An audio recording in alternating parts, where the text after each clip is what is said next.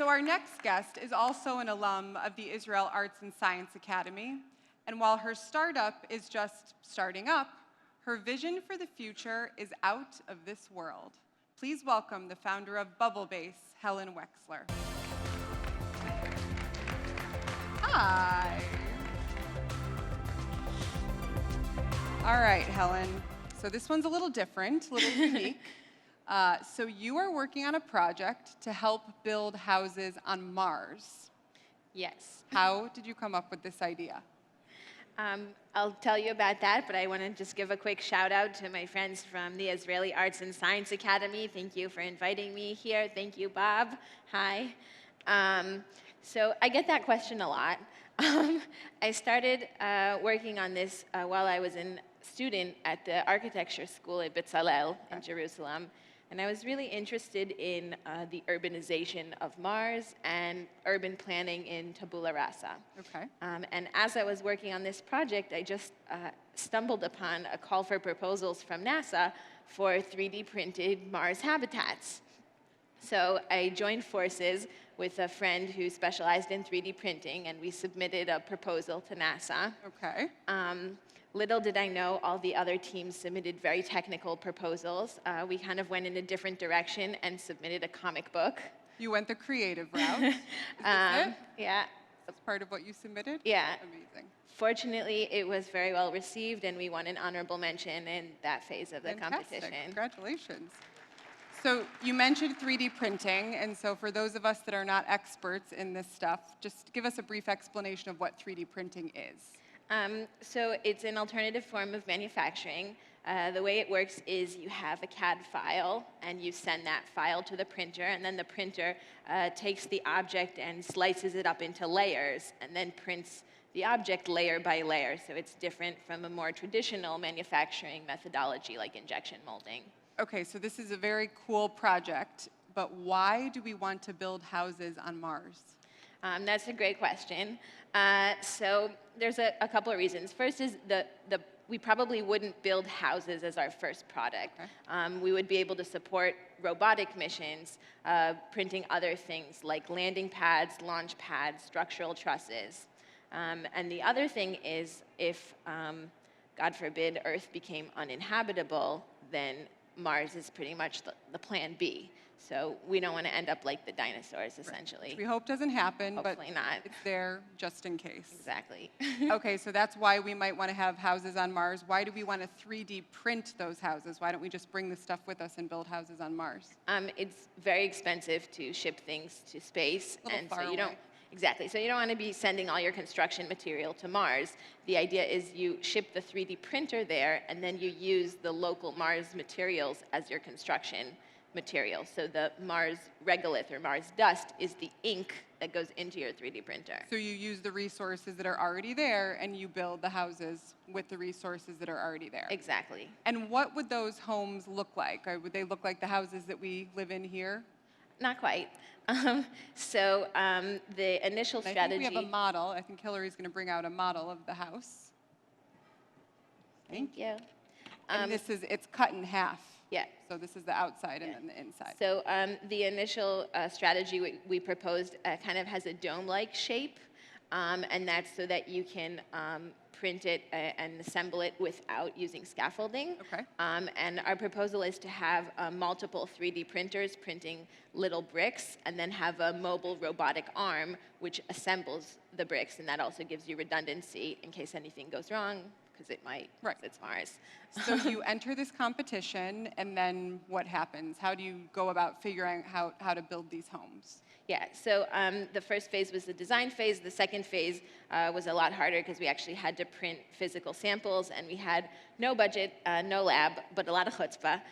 So we were able to make that happen through some creative things. We borrowed a pasta machine from the... A pasta machine? Yeah. Like from a kitchen? Yeah. Okay. We borrowed a pasta machine from the Bloomfield Science Museum, and we used that as basically like the tank that holds the material for the 3D printer.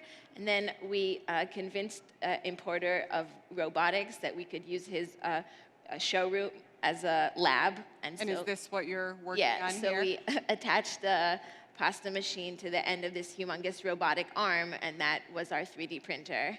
So that's the pasta machine. Yeah, that's Materials coming out of the pasta machine that printed our initial samples. The next phase after that even was more challenging because we needed a bigger tank for the material, so we needed these special extruders. And what is an extruder? So an extruder is basically like a tank of material a tank that holds material and then pushes it out in a condensed and controlled manner. Sort of like a giant pasta machine, if you will. Yeah, we wanted something a little more accurate than the pasta machine. Yeah, that would make sense. So how did you get the extruders? So we had a small donation that came in very late, very close to the deadline. And we said, oh, we really need to get these extruders fast if we're going to get it printed in time. We found a company in Italy that makes these extruders. Why didn't you just get them in Israel? Nobody makes them in Israel. Okay. So we found a company in Italy that makes them, and we negotiated them down from a manufacturing time of 2 weeks down to 2 days. But we needed to get it faster than FedEx was able to ship it, and so we figured out we had a lot of pilot friends, and we just happened to have a friend who was flying LL pilots. Because everybody in Israel has LL pilot friends. Yeah. So we figured out that one of them was flying from Milan and could bring our box of extruders, but we had to get them from the factory to the airport. And so we found this girl on Facebook, an Israeli student studying in Italy, and we convinced her to go pick up our box of extruders. And they're not small. No, it was like a box of like 100 pounds of industrial extruders. So we convinced her to go get these extruders from the factory.